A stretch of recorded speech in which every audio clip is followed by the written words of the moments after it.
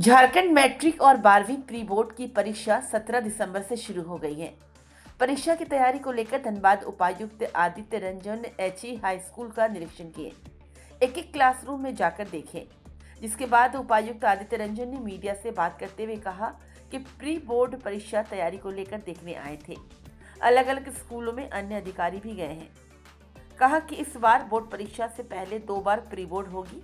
Pre board में जो भी बच्चे अच्छे अंक लाएंगे उससे सम्मानित किया जाएगा।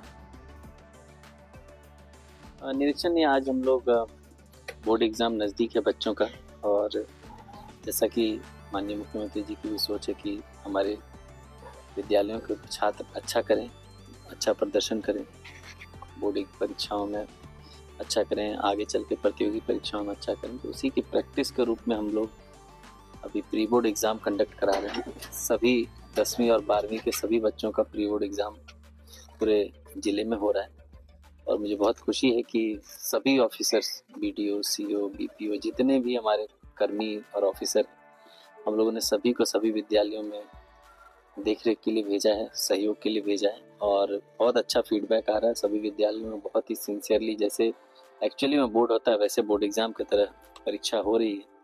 Separate question paper, booklet, answer booklet सब है।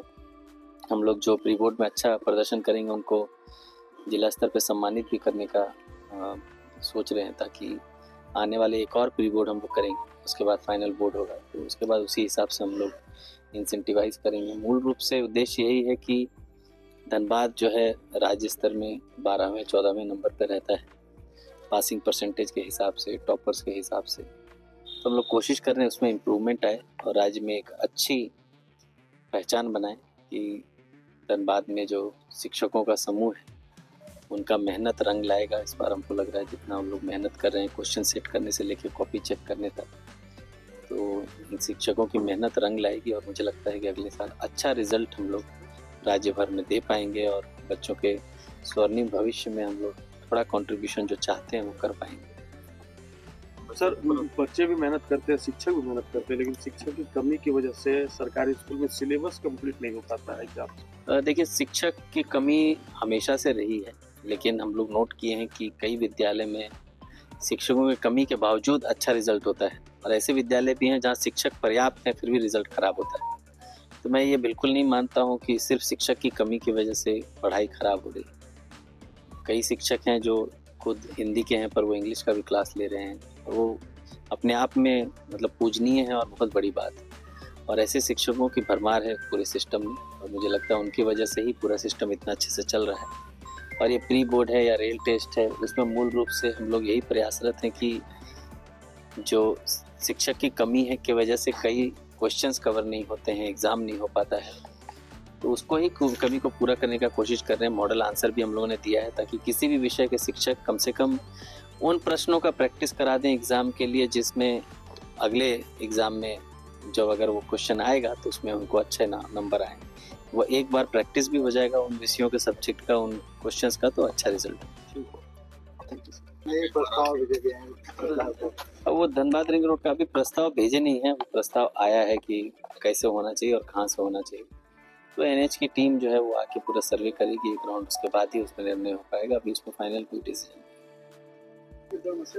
प्रयासरत तो हैं, आप देख ही रहे हैं। एक साथ ही धनबाद की सभी लाइफ लाइन्स जो है डैमेज हो गई थी, और जो अपने आप में हरकुलियन टास्क है, गया पुल हो, बरमसिया पुल हो, प्रधान कंटा हो, सब एक साथ ही डैमेज हो गया। तो हम लोग कोशिश कर रहे हैं कि सबको बारी बारी से, गया पुल में काम लगा हुआ है, बरमसिया 20 तारीख तक मुझे लगता है हैंड ओवर हो जाना चाहिए, अगर हैंड ओवर हो जाएगा तो चालू हो जाएगा। बाकी पॉलिटेक्निक वाला रोड भी नया चौड़ीकरण और अलग रास्ता बन रहा है ताकि पॉलिटेक्निक की बाउंड्री भी हो जाए और एक डेडिकेटेड रास्ता जो उस तरफ से है वो भी मिल जाए, उसमें भी काम लगातार चल रहा है। जहाँ नए साल में मुझे लगता है ये सब समस्याएं थोड़ा कम हो जाए। रिंग रोड में जो प्रस्ताव सर हो जाता है तो सारी जो वो ट्रैफिक की समस्या है कि विद इन द टाउन तो बहुत जल्दी नहीं सुधार होना है। विद इन द टाउन में जो मूल चौक पॉइंट्स है वो भी हम लोग कवर कर रहे हैं इस बार। जैसे स्टील गेट का जो चौराहा है, जो रास्ता है, वो सबसे बड़ा चौक पॉइंट है मुझे लगता है धनबाद। तो उसका सेक्शन 11 अभी हो गया है, 19 होने के लिए जा रहा है, तो उसमें अधिग्रहण होना है, अधिग्रहण होकर वो प्रॉपर 2 लेन बनना है, वो हो जाएगा उससे जाम की समस्या जरूर कम हो जाएगी और राज्य सरकार उसमें फंड देने के लिए तैयार है। हम लोग अभी एक रिक्वेशन भेजे हैं, राज्य सरकार से पैसा आ जाएगा तो वो भी मैं कहूँगा राज्य सरकार के सहयोग से, माननीय मुख्यमंत्री जी के सहयोग से स्टील गेट का जाम भी अगले साल भर में खत्म हो जाएगा।